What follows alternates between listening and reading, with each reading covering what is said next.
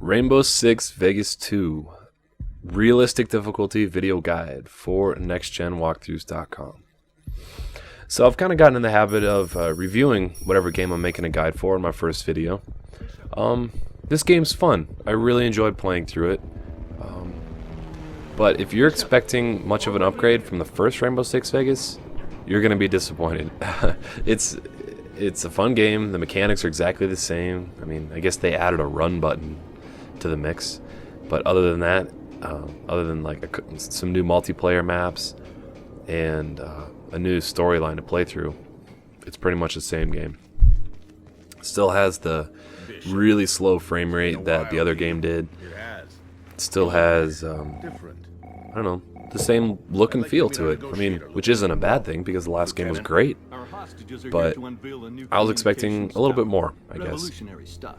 The EU already relies heavily on so this is kind of a training mission, and they'll want to talk. I guess I'll tell you about the equipment setup that I'm going to be using throughout most of the game.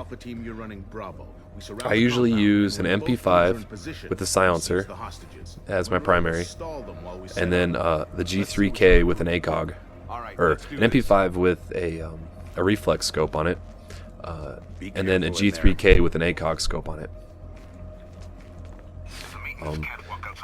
Just use whatever guns you're comfortable with. I recommend a submachine gun and a rifle, just so you can get guys at close range and long range. So this is a training mission, and what you got to do here is just stay silent for the first couple of kills. You walk along this catwalk, and there's a guy in this first room right here. It's only one guy, so. And I forgot to put my silencer on my MP5 here, but didn't really cost me anything. First kill goes to Bishop. Thanks. I guess that means the first round's on you. And you want to keep your teammates on infiltrate right now.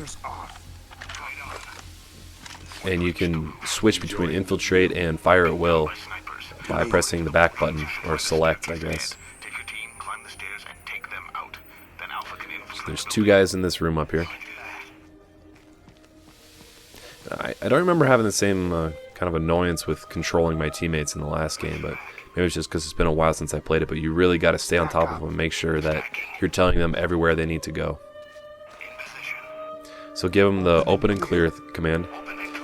And if you tagged the enemies in the next room, they have that little red square over their head that you can see through the door. So just put your crosshairs right where that little red square is, and as soon as they open the door, you're going to be perfectly aimed on the guy in the next room.